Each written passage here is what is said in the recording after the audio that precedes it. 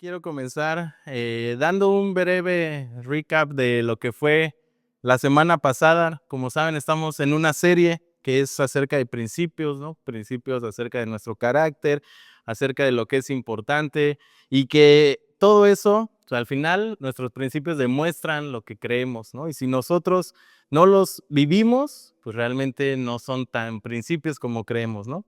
La semana pasada hablamos acerca de un principio que es inalterable, no cambia dependiendo de ti, no cambia dependiendo de lo que hagas, no cambia dependiendo de las personas, ¿no? Y es que nosotros vamos a cosechar todo aquello que sembremos, ¿no? Entonces, eso es para todas las personas. Entonces, no importa si tú sembraste algo bueno o si tú sembraste algo malo, vas a cosechar. No importa si lo hiciste en público o lo hiciste en secreto, tendrás tu cosecha, ¿no? Y ese principio es universal, es decir, que aplica, creas o no, en Dios. Si tú no crees en Dios, vas a cosechar de todos modos lo que hayas hecho, ¿no? Y si tú crees en Dios, también vas a cosechar, ¿no? Entonces, este principio puede llenarnos de esperanza o puede llenarnos de temor. Puede darnos miedo, saber que vamos a cosechar todo lo que hemos hecho, o puede darnos alegría y decir, wow, no tengo nada que temer, estoy listo para recibir lo que he sembrado, ¿no? Pero esto no aplica solamente a nuestras decisiones, a nuestras acciones o a personas, también llega hasta nuestras finanzas. Y es ahí donde a veces nos incomoda este principio, es ahí donde decimos, ya no me gustó tanto, ¿no? Entonces el mensaje del día de hoy se titula Dar para cosechar. Y hoy, como saben, el siguiente mes estamos por cumplir 4 años como iglesia. Y quiero decirles que es la primera vez dentro de estos 4 años que voy a hablar sobre esto. Es la primera vez en todos estos años que hablo sobre este tema. Y no porque la Biblia no lo enseñe, no porque no sea importante, sino porque sé lo cargado que está este tema. Sé lo que representa para muchas personas, ¿no? Personalmente, para mí, en cierto punto podría ser un tema hasta incómodo de compartir. Porque hay mucha gente que está traumada por experiencias propias, por experiencias de alguien más, por experiencias que vieron en TikTok, ¿no? Porque videos que les salieron en redes sociales de pastores que les pidieron a la congregación, ¿no? Que Dios le dijo que necesitaba un Ferrari, ¿no? Entonces, vemos eso y decimos, nah, que la iglesia es una eh, cosa muy fea, ¿no? Los diezmos son mentiras, los diezmos son una manera de robarle a la gente. O simplemente porque alguien, el primo de un amigo, te dijo algo, ¿no? Y entonces ahora lo creíste y lo hiciste tuyo, aunque no lo entiendas, ¿no? Simplemente respaldas la idea. Entonces, como pastor, he recibido comentarios de personas dentro y fuera de la iglesia que dicen o diciendo que yo vivo de los diezmos, ¿no? Que la iglesia me mantiene, que los diezmos y las ofrendas son para enriquecerme, que solamente quiero sacarle dinero a la gente, ¿no? O que la iglesia es un negocio, ¿no? Entonces, que es algo que te va a dejar mucho dinero, ¿no? Y muchos de los que me dicen que la iglesia es un negocio, yo les digo, pues ponlo, vamos a ver cómo te va, ¿no? Inténtalo. Si la iglesia es un negocio, pues prueba, ¿no? Intenta y ve si es redituable para ti, ¿no? Entonces, obviamente muchas de estas personas no tienen ni idea, hablan por hablar, no saben nada y peor aún, seguramente la mayoría de ellos jamás han dado un diezmo, jamás han dado una ofrenda, jamás han dado algo a la iglesia, pero sí hicieron que este tipo de personas, yo me tardara 4 años en hablar por primera vez de esto. Porque yo pensaba, si hablo de esto, les voy a dar motivos para seguirme criticando, ¿no? Entonces, pues no hablaba de eso porque yo sé que no van a la iglesia, pero no se pierden lo que digo, ¿verdad? Entonces, eso hizo que yo me tardara este tiempo, ¿no? Entonces, hoy es la primera vez que hablo de eso, entonces qué bueno que están aquí, ¿no? Qué bueno que llegaron, porque aunque quisiera decir que todas esas frases son mentiras, tristemente, hay muchos casos reales de personas que sí han sacado provecho de la gente, que sí han sacado provecho de la iglesia, y en lugar de volver la iglesia un canal de bendición para otros, lo usan para enriquecerse, para ser bendecidos. Pero el hecho de que haya personas ventajosas y malas, no quita que siga siendo un principio de Dios y que es clave para todos los que creemos. ¿Qué significa esto? Que el pecado de algunos no cancela la verdad de Dios, ¿no? O sea, que unos hayan pecado haciendo mal uso de los diezmos y las ofrendas, no cancela que sea un principio de Dios. Y ahora quiero contarles mi historia, ¿no? Porque yo nací cristiano, no significa que lo fuera, ¿no? Entonces, durante mi juventud, ¿no? O cuando era más joven aún, comencé a trabajar y como pues todo adolescente que trabaja, mi primer sueldo era una miseria, ¿no? O sea, no me alcanzaba ni para mí mismo, pero yo ya tenía que aportar a mi casa, yo ya tenía que apoyar a mi mamá, que dependía de mi hermano y de mí. Entonces, si me iba bien, yo podía vivir con media quincena o medio sueldo al mes, ¿no? La mitad de mi sueldo, si me fue un mes excelente, me quedaba la mitad. Si no, a veces me quedaba nada, ¿no? A lo mejor para comer algo diario y ya. Entonces, no podía disfrutar del fruto de mi trabajo y luego llegaba a la iglesia y me decían que tenía que dar mi diezmo, ¿no? Llegaba a la iglesia y me decían que tenía que dar ofrendas o iba y me decían, pero es que tienes que dar para no sé qué, pero es que tienes que apoyar para no sé cuánto. Entonces yo decía, pues ya, no, o sea, en mi casa me quitan la gran mayoría y en la iglesia el resto, ¿no? Entonces yo decía, como era un amargado de closet, ¿no?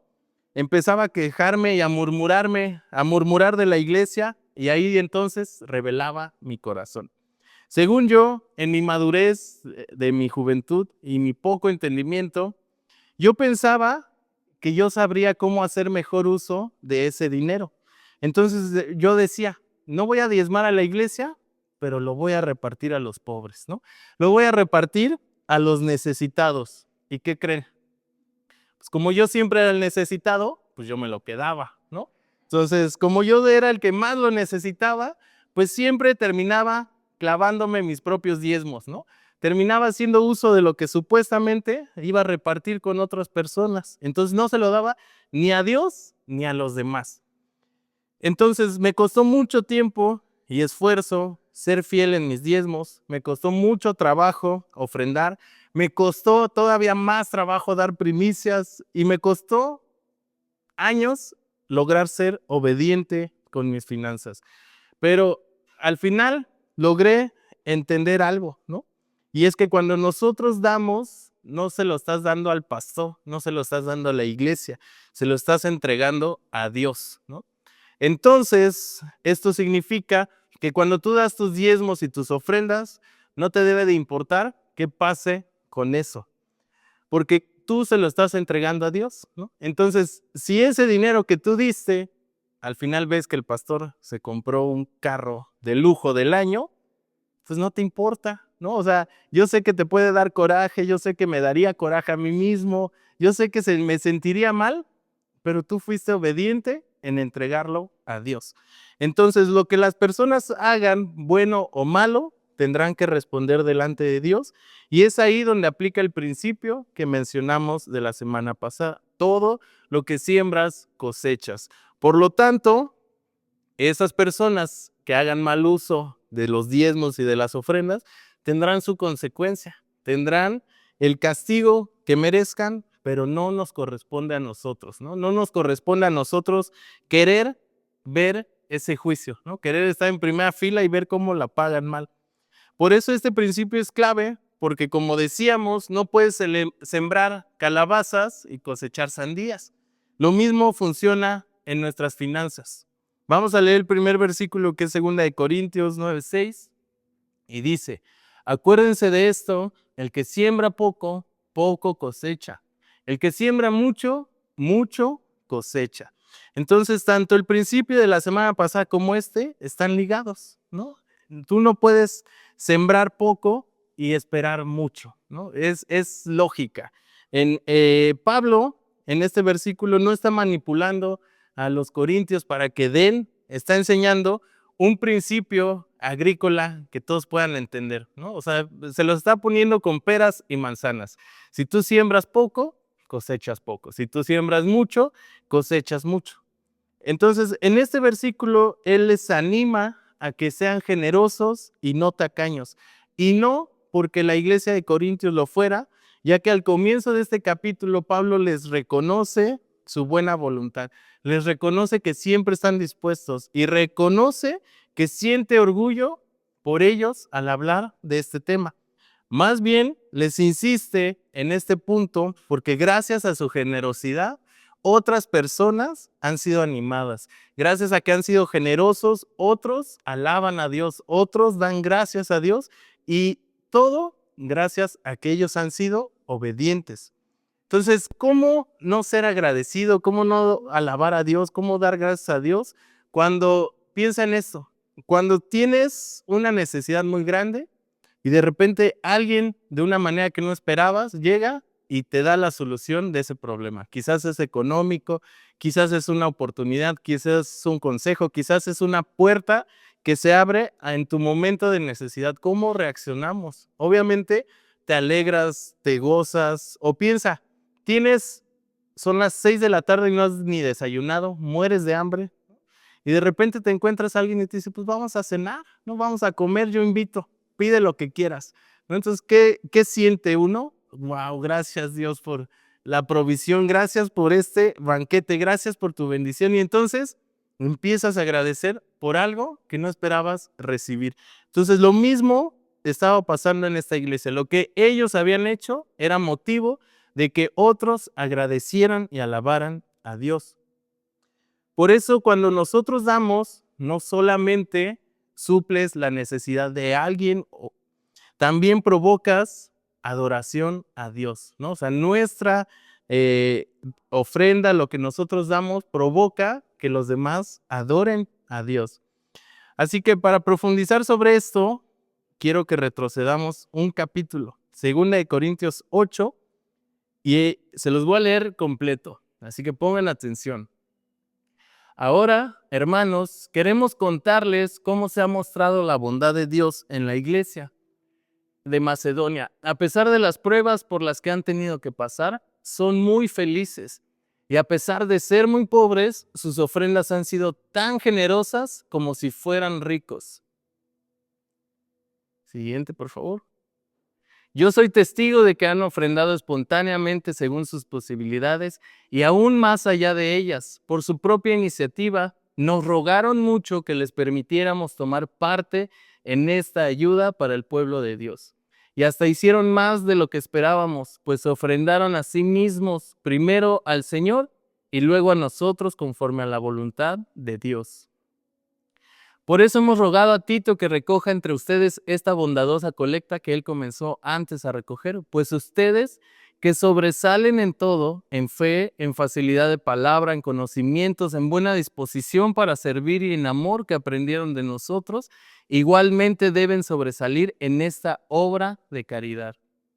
No les digo esto como un mandato, solamente quiero que conozcan la buena disposición de otros para darles a ustedes la oportunidad de demostrar que su amor es verdadero. Porque ya saben ustedes que nuestro Señor Jesucristo en su bondad, siendo rico, se hizo pobre por causa de ustedes, para que por su pobreza ustedes se hicieran ricos. Por el bien de ustedes les doy mi opinión sobre este asunto. Desde el año pasado no solo comenzaron ustedes a hacer algo al respecto, sino a hacerlo con entusiasmo. Ahora pues, dentro de sus posibilidades, terminen lo que han comenzado con la misma buena disposición que mostraron al principio cuando decidieron hacerlo. Porque si alguien de veras quiere dar, Dios le acepta la ofrenda que él dé conforme a sus posibilidades. Dios no pide lo que uno no tiene. No se trata de que por ayudar a otros ustedes pasen necesidad. Se trata más bien de que haya igualdad. Entonces, es casi todo el capítulo lo que estamos leyendo, pero son unos pocos versículos, pero hay demasiada enseñanza y demasiados principios en esta historia. Entonces, el primer punto que vamos a ver el día de hoy es que la generosidad es evidencia de la gracia de Dios, no de tus riquezas. El versículo 1 menciona que Pablo está diciendo, queremos contarles cómo se ha mostrado la bondad, es decir, la gracia de Dios en las iglesias de Macedonia. Entonces, lo primero con lo que empieza su carta es diciéndole, quiero contarles cómo han sido bendecidas estas iglesias. Entonces, él no empieza hablando acerca de dinero, sino de la gracia de Dios. Por eso, la generosidad, aún leíamos en esta historia, la generosidad de Macedonia no fue producto de que ellos fueran ricos, que fueran una ciudad millonaria.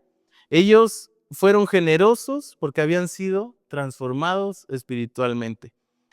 La historia nos dice dos cosas, que ellos eran personas muy pobres y que pasaban pruebas, ¿no? Decía, a pesar de sus pruebas y a pesar de ser muy pobres. Entonces, la iglesia de Macedonia es un caso atípico aún para estos tiempos. ¿Por qué? Porque vivían en profunda aflicción y pobreza extrema y uno esperaría que estuvieran amargados, que estuvieran tristes, que estuvieran extendiendo las manos esperando que alguien los ayude. Pero ¿qué nos decía esta historia? Que eran muy felices y demasiado generosos. Entonces díganme si no estaban locos o estaban raros, ¿no? Algo no funcionaba bien en ellos porque eran muy pobres, tenían muchos problemas, pero eran muy felices y demasiado generosos. No hace sentido, ¿verdad? Humanamente uno puede pensar y decir, qué raros, ¿no? Entonces, ¿qué significa esto? O sea, eran generosos, pero eran pobres, tenían muchos problemas, pero estaban felices. ¿Qué les pasa, no? O sea, ¿de dónde eran? Entonces, esto nos enseña que la generosidad no depende de las circunstancias externas, sino de nuestros principios internos. Y es que no es que tú seas próspero lo que hará que seas generoso, es la gracia de Dios. O sea, se trata de que tú tengas dinero para entonces decir, pues ya cuando tenga, seré generoso. Sino que si tú tienes la gracia de Dios, has recibido la gracia de Dios, el favor de Dios, entonces ya tienes todo para ser generoso. Nosotros damos a otros porque hemos recibido todo de Dios, ¿verdad? Es como lo decimos constantemente al momento de los diezmos y las ofrendas. Damos porque hemos recibido de ti. Y eso mismo es con las otras personas. Damos a otros no porque no tengamos necesidades, sino porque hemos recibido la gracia de Dios en nuestras vidas. Entonces, cuando la gracia de Dios gobierna nuestros corazones, la escasez nunca va a ser un impedimento para dar. Cuando tú tienes a Dios en tu corazón y su gracia, la escasez, la falta de recursos, nunca va a ser un impedimento para dar. Yo estoy seguro que todos hemos conocido a alguien humilde o alguien con necesidad y honestamente son las personas muchas veces más generosas que yo he conocido, ¿no? Que no tienen algo pero te lo quieren regalar, te lo ofrecen, te dan lo que no tienen, ¿no? En Ciudad de México hay una hermana, ¿no? Que sabemos que se dedica a limpiar casas, limpiar negocios, ya está grande, ¿no? Pero es impresionante lo generosa que ella es, ¿no? Ella va los domingos y te vende una galleta, un peluche, una pluma, lo que sea que pueda para sostenerse, más aparte trabaja toda la semana, todo el día y así, ¿no? Pero ella te ve y nosotros que ya no somos parte de la iglesia de allá, siempre que nos ven nos saluda, nos entusiasma de vernos y, o sea, y nos ve y la primera vez lo hizo con ella, ¿no? La vio, qué padre que estás aquí y wow, qué emoción. Espérame, no te vayas. Va, corre por su bolsa, saca un billete y se lo da. Se le dice, toma, gracias por lo que están haciendo. Y le da. La cantidad es lo de menos, ¿no? O sea, pero a lo que voy es, no fueron miles de pesos, ¿no? Fueron lo que sea, pero como si fuera, ¿no? Entonces, eso fue con ella. Pero, y ese día me dice ella, yo le dije, ay, no, no se los hubieras aceptado, al contrario, tú le hubieras dado, ¿no? O sea, no. Y justo me dijo, sí lo intenté, pero ella me dijo, o sea, no me quites mi oportunidad de ser bendición, ¿no? O sea, no me quites esto, ¿no? O sea, déjame bendecirte, ¿no? Entonces yo dije, ay, no, qué pena, pues al menos cómprale galletas o algo, no, no, ya se fue, pues ya. Entonces, yo creo que pasó un mes después o no sé cuándo volvimos a regresar y me ve y corre hacia mí. Me dice, ay, qué bueno que te vi, la última vez no pude hacerlo porque no te vi, espérame, y va, ¿no? Y regresa y me da una ofrenda, ¿no? Entonces yo le dije, no, por favor, que, ay, no, sí, que no sé qué, o sea, no, bueno, me dio mi ofrenda, yo, ay, no, pues muchas gracias, de verdad no sé qué decir, gracias, ¿no? O sea, sé por qué lo estás haciendo, te lo agradezco, ¿no? Entonces, o sea, nosotros decíamos, es que esta señora está cañona, o sea, porque no es la cantidad, es la intención y el corazón que ella tiene para dar, y por eso justo este punto se demuestra en eso, ¿no? O sea, en personas así, personas que quizás no tienen todo lo que quisieran y aún así deciden entregar lo mucho o poco que puedan tener. El segundo punto es la verdadera generosidad es voluntaria, sacrificial y nace del deseo, no de la presión. El versículo número 3 de este capítulo que leíamos dice, ofrendaron espontáneamente según sus posibilidades y aún más allá de ellas. El versículo 4 dice, nos rogaron mucho que les permitiéramos participar. Entonces, este es uno de los pasajes más sorprendentes sobre dar. Porque los macedonios no fueron manipulados, no fueron presionados, no fueron chantajeados, no fueron obligados y aún así ellos, ¿qué dice? Rogaron participar. O sea, ellos decían, por favor, déjanos darles, déjanos hacer esto. Entonces ellos entendían y esta historia revela que entendían que el dar no es una carga, es un privilegio. Cuando tú das algo, significa que eres privilegiado, porque tienes para hacerlo, porque puedes hacerlo. La historia también nos dice que dieron más allá de sus posibilidades. Entonces, esto no significa que ellos eran unos irresponsables financieramente hablando, sino que estaban dispuestos a hacer un sacrificio propio por un bien mayor. Ellos estaban dispuestos a quedarse sin algo que quería, sin algo que les gustaba, para que hubiera una recompensa mayor. Como la historia de la viuda pobre que hablaba Jesús, ella dio todo lo que tenía y su sacrificio fue reconocido por Jesús mismo, porque Jesús estaba ahí al pendiente, ¿no? Entonces llegó esa mujer, dio lo que tenía y ella para Jesús fue más valioso que todos aquellos que daban las obras, ¿no? Entonces, nosotros tenemos que estar dispuestos a ser usados por Dios para bendecir a otros, pero esta disposición siempre tiene un costo, o sea, siempre va a costar algo y es por eso que la generosidad es sacrificial. Es un sacrificio muchas veces ser generoso porque quiere decir que te tienes que quizás limitar o suspender algo tuyo para que alguien más pueda ser bendecido. Entonces, el sacrificio al dar refleja confianza en la provisión divina. Cuando alguien da más allá de la comodidad, es una manera pública, ¿no? Una manera de afirmar que Dios es suficiente. Porque si solamente das lo que tenemos, lo que está dentro de nuestras posibilidades, pues nunca vamos a hacer algo extra, ¿verdad? Entonces, la generosidad no es una reacción emocional momentánea. No es que hoy yo les diga, y tienen que dar y diezmar y generar y hacer todo eso porque es maravilloso experimentar a Dios en tus finanzas, porque Dios dice que lo pruebes en esto y entonces todos digan, sí, amén, ¿no? Y se emocionen y entonces empiecen a aventarme billetes, ¿no? Y sí, toma, ¿no? Y entonces yo lo reciba con alegría y gracias, ¿no? Y me goce de eso, pero no se trata de ser una acción emocional, momentánea, ¿no? No se trata de que hoy salgan motivados y al viejito 20 pesos y al otro 10 pesos y entonces ya se sientan rico y ricón, ¿no? Sino que es poner en práctica nuestra fe todos los días, no solamente cuando hablemos de finanzas, de diezmos, de ofrendas, de primicias, sino todos los días. Punto número 3. Y esto es clave para ser generosos, para que podamos ser generosos. Antes de dar recursos, se entregaron a sí mismos al Señor.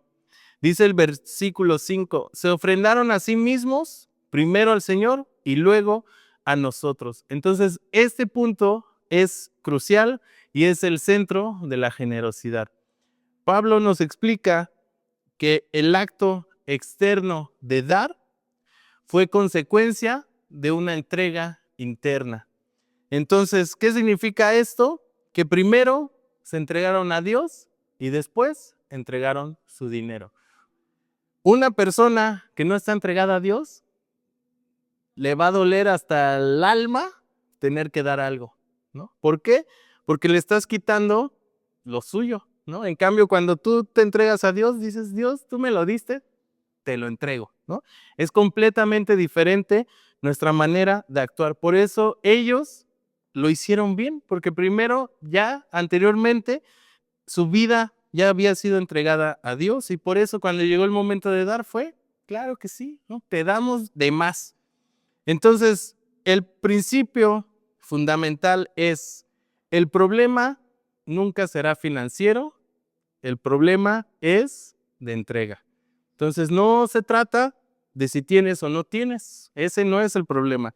El problema es si te has entregado o no lo suficiente a Dios como para que te deje de doler, ¿no?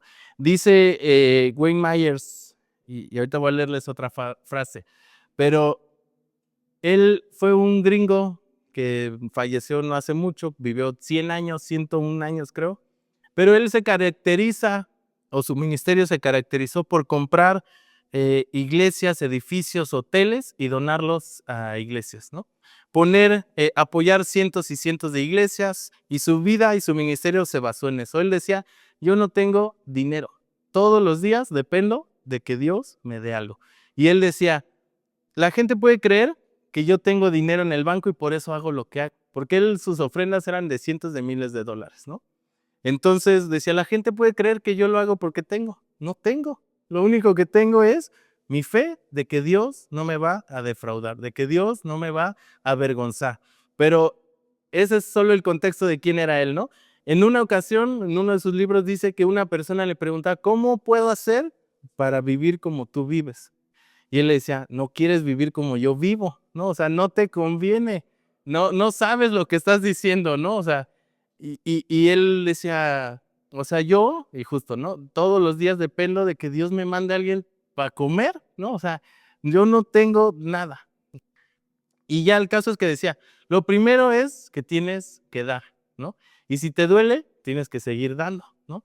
Y entonces, tu vida o tu ministerio, todo, tiene que centrarse en que des hasta que te deje de doler. Y cuando te deje de doler, entonces da más. Entonces, ese era el lema de esta gran persona, ¿no? Pero a lo que voy es que muchas veces cuando nos duele, pues es que necesitamos seguir haciéndolo, ¿no? Ahora, cuando alguien no da y le duele, ¿no? El problema no es la cantidad de dinero en la cuenta de banco, es el nivel de rendición de su corazón. ¿A quién ha entregado su corazón para que le duela o no le duela dar dinero, ¿no? Entonces, para que seamos personas generosas, el orden es importante.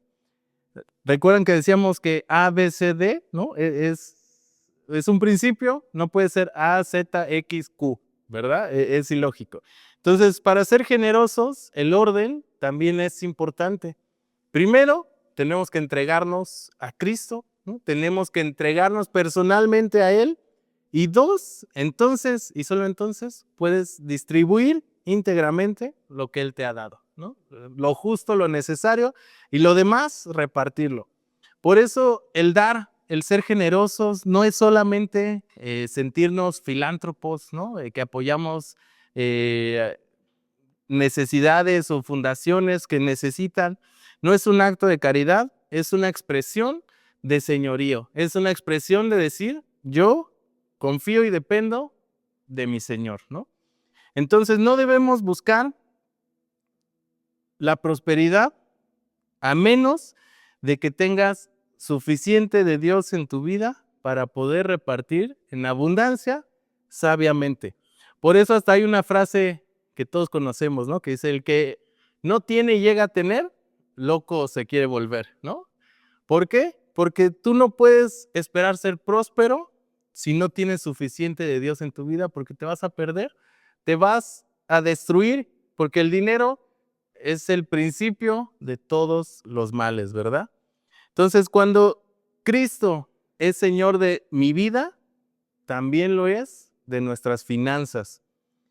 Dice Mateo 6:21, donde esté su riqueza, allí estará también su corazón.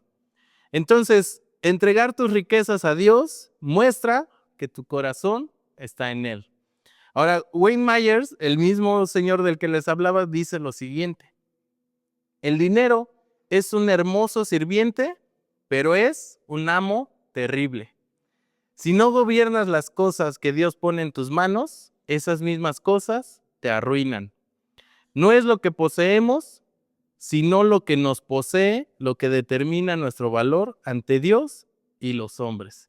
O sea, que no es lo que tú tienes, es lo que te posee, es lo que te gobierna, lo que define quién eres tú. Por eso dice, el dinero es un hermoso sirviente. Todos amamos y disfrutamos usar el dinero, pero es un amo terrible cuando dependes y te obsesionas con el dinero. Entonces, si nosotros violamos los principios divinos, también cancelas las promesas divinas, ¿no? Es parte del contrato. Si tú no cumples los principios, pues no vas a obtener las promesas divinas. Punto número 4. La generosidad es la prueba tangible del amor. Versículo 8 de esta historia dice, no les digo esto como mandato, sino para darles oportunidad de demostrar que su amor es verdadero. Entonces Pablo está siendo brutalmente honesto, ¿no? Él le está diciendo, esto no es una ley, pero sí es una oportunidad para ustedes.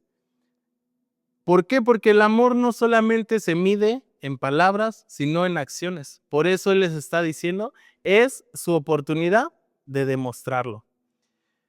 Por eso muchas veces nosotros también les decimos, o saben que no estamos obsesionados con que diezmes, con que ofrenden, con que den lo que tienen que dar, porque sabemos que no dependemos de eso, sino que Dios ha sido nuestro sustento a lo largo de todo este tiempo y nos lo ha demostrado en distintas ocasiones.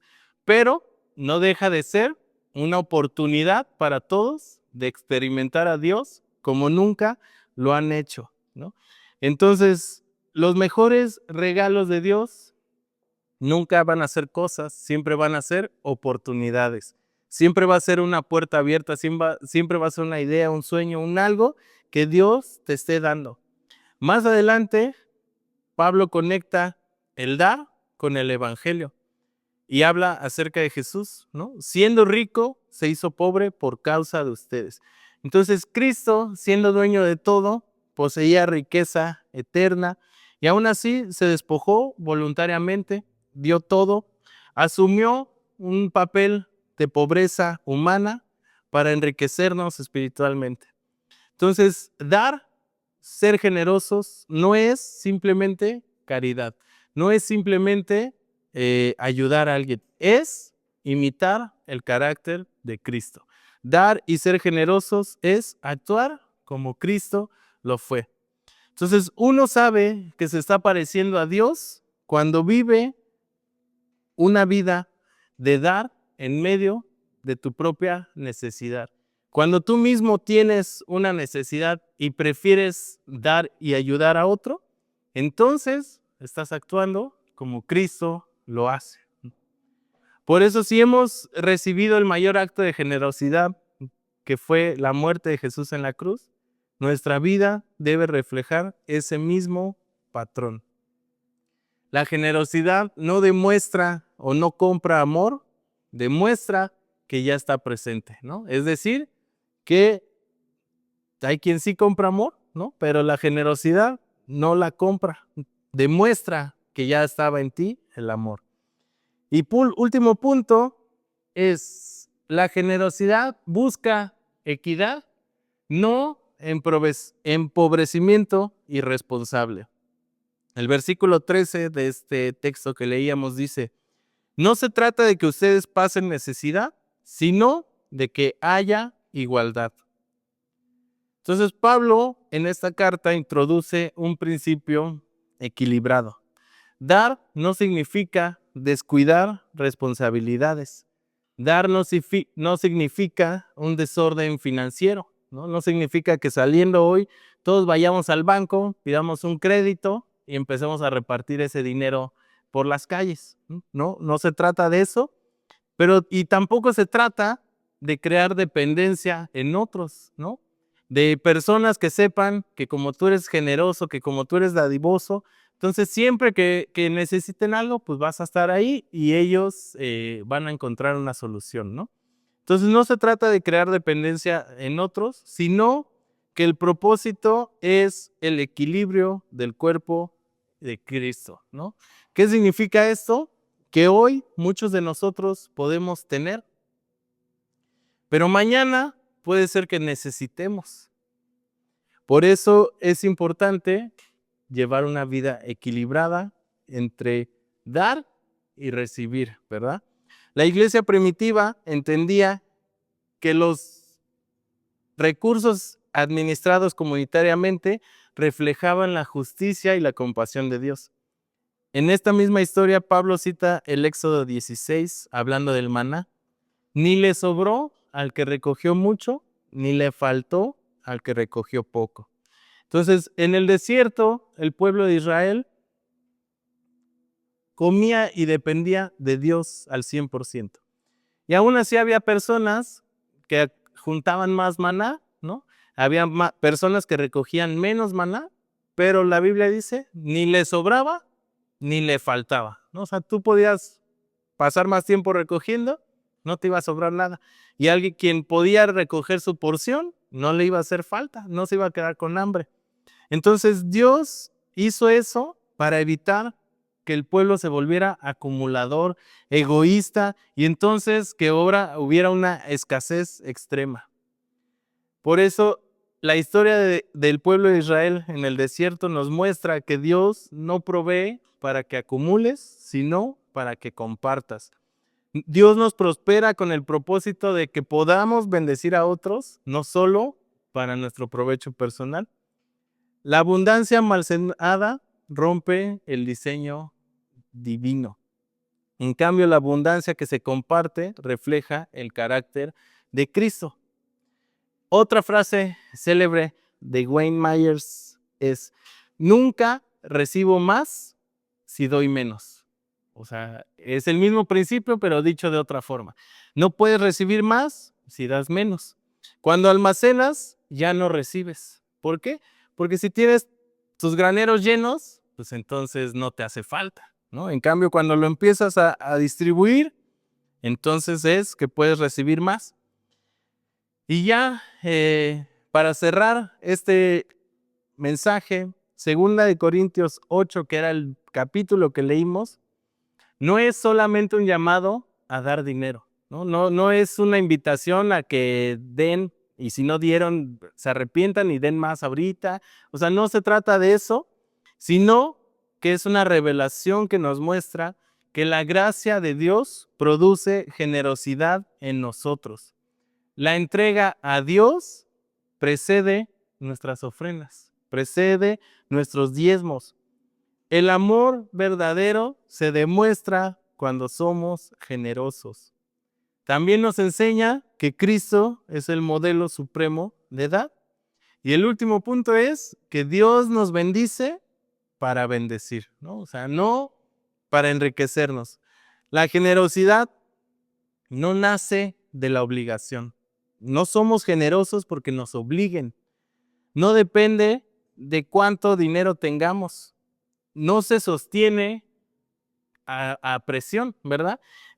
La generosidad no es sostenible si yo cada semana les digo, y sean generosos o son hijos del diablo, ¿no? Entonces, no, a lo mejor van a aguantar un mes, ¿no? Pero a los 2 meses ya van a decir, ay, ya me tiene harto el pastor, siempre habla de lo mismo, y entonces van a ser aquellos que suben en el Face, sí, la iglesia son rateros, ¿no? O sea, ladrones, vividores, y entonces se van a ir de aquí y van a vivir en amargura, ¿no? Por eso, la generosidad no busca exhibición, tampoco es como esos videos, ¿no? De, vamos a ayudar a este pobre señor en la calle, toma una torta, así, ¿no? ¿Verdad que te gustó mucho? ¿Verdad que disfrutaste esta tortita? ¿No? O sea, y entonces grabándola al señor así con el cel en la cara, ¿no? Entonces la generosidad no busca exposición, no busca que lo veas, sino que la generosidad nace de la gracia, fluye a través del amor, refleja a Cristo y construye comunidad. Dios nos ha enviado para bendecir a otros con nuestra vida, con nuestro testimonio, con nuestros consejos, con nuestra predicación, con nuestros talentos, pero también con nuestras posesiones. Si siembras en el reino de Dios, serás bendecido. Pero esto no tiene que ser el motivo por el cual lo hacemos. No tienes que sembrar para hacerte rico, ¿no? Como decía, bueno, si el principio es verdad, entonces voy a sembrar y esperar a que me haga rico. No, no tienes que dar esperando recibir, tienes que dar con los motivos correctos.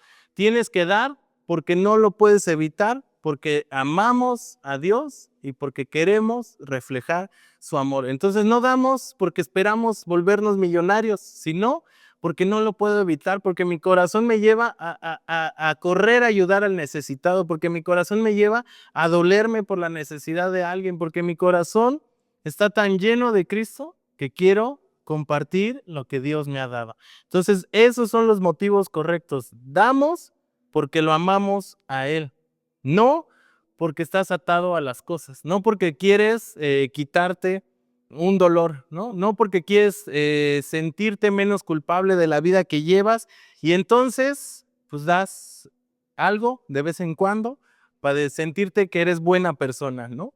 Entonces no importa si la gente lo ve o no, Dios sí lo ve. Por eso dar tiene que ser con un corazón lleno de amor, lleno de gratitud y buscando que Dios sea conocido, no tú. Entonces, también no se trata de tener lo suficiente para dar. Tenemos que dar como este pueblo, ¿no? Como esta ciudad, en nuestra necesidad y observar cómo Dios honra nuestra generosidad con sobreabundante provisión y bendición para nuestras vidas, ¿verdad? Entonces, vamos a ponernos de pie y a cerrar este tiempo. Yo espero que estén, como decía Pablo, no que sientan que esto es una ley, sino una oportunidad. Una oportunidad que tenemos todos los días, porque en todos lados y a cada momento nos encontramos personas necesitadas dentro y fuera de la iglesia. Entonces la generosidad no es excluyente, no es decir, no, este no ha de ser cristiano, ese no. O, bueno, aquí no me he subido nunca a un camión, entonces no sé si pase, ¿no? Pero en Ciudad de México se subían miles de personas a venderte algo y les dabas, no por generosidad, sino por miedo, ¿no? A que no te asalten. Decías, prefiero darle 10 pesos y que se baje, a que me baje mi celular y se vaya, ¿no? O sea, entonces, pero también eso era si te daba miedo, pero si no te daba miedo era, lo va a usar para drogas, lo va a usar para alcoholismo, lo va a seguir para su no sé qué, ¿no? Entonces condicionábamos a quién sí y a quién no. Por eso es lo mismo que como les decía con los diezmos y las ofrendas, que no te importe, dáselo porque lo haces para Dios. Si esa persona se lo come, se lo fuma, se lo inhala, se lo inyecta o lo que sea, no te importa, ¿no? Obviamente no quiere decir que estamos a favor y propiciamos eso, pues no. Solamente estamos siendo obedientes de ser generosos, de ayudar a otros en las necesidades. Entonces vamos a terminar este tiempo con esta oración. Señor, te damos gracias por este mensaje. Dios, porque sabemos que es necesario entender este principio, Dios. Es necesario hablar acerca de estos temas que muchas veces pueden ser incómodos, muchas veces pueden ser motivos, Dios, de pensamientos en las personas, ¿no? Porque es una realidad, Dios, que hay muchos que han hecho mal uso de los recursos, Señor, de las personas, han hecho mal uso, Dios, de estas enseñanzas y de estas verdades bíblicas, Dios, y las han usado, Dios, para beneficiarse ellos mismos. Y Dios, perdónanos si nosotros hemos sido parte de ese juicio, Señor, de ese señalamiento. Perdónanos si nosotros hemos pensado igual y llévanos, Dios, a entender que la generosidad, nuestra obediencia en los diezmos, en las ofrendas, en las primicias, en dar a otros, Señor, no se trata de las personas, de si las personas son buenas o no, entonces lo hacemos, sino que se trata de un principio, Señor, de obediencia a ti. Queremos ser obedientes a ti, Señor, con lo que tenemos, con lo que nos has dado, Dios, y compartir tus bendiciones, Señor. Porque a través de tu palabra, Señor, vemos cómo las personas aún necesitadas, Señor, aún con problemas, podían gozarse y alegrarse, Señor, y rogaban, Señor, por ser parte de lo que tú estabas haciendo en otros lados, Señor. Hoy ayúdanos a entender, Dios, que las ofrendas, las primicias, los diezmos, todo lo que te damos a ti, Señor, no es solamente para el beneficio de uno, sino para el beneficio de tu reino, Señor, de tu iglesia, en este lugar y en todos lados, Señor. Déjanos ser una iglesia generosa, Dios, una iglesia que entiende que es mejor dar que recibir, Señor, porque dar significa, Señor, que somos prósperos por ti, Señor, que somos bendecidos por ti y que tú, Señor, has confiado en nosotros para administrar más el recurso, Señor. Déjanos, Señor, ser obedientes. Déjanos creer, Dios, aún en las pruebas, aún en la adversidad, y confiar, Señor, en que tú seguirás siendo nuestro sustento diario, Dios. Porque sin importar, Dios, lo difícil de las situaciones, tú nunca nos dejas ni nos dejarás, Señor, porque siempre has estado con nosotros, Señor, porque tú nos provees, porque tú nos bendices, Señor. Llévanos, Dios, a no mirar con quién somos generosos. No nos lleves, Señor, a condicionar nuestro dar, Señor, sino que podamos reflejar el carácter de Cristo, Señor, que se entregó por completo por todos, Señor. No por unos cuantos, sino que por toda la humanidad lo hizo, Señor, por amor a ellos, Dios. Asimismo nosotros, Dios. Déjanos amar la iglesia, Señor, y poder ser generosos con tu casa, con el lugar donde tú nos has puesto, Señor, pero no solamente aquí, sino fuera de la iglesia, Señor. Gracias por todas tus bendiciones, por todo lo que tú nos das, Señor, día con día. Y gracias porque hoy, Señor, sabemos y entendemos, Señor, que aunque haya personas que hayan manchado estos principios, Dios, no hacen que dejen de ser verdad, Dios.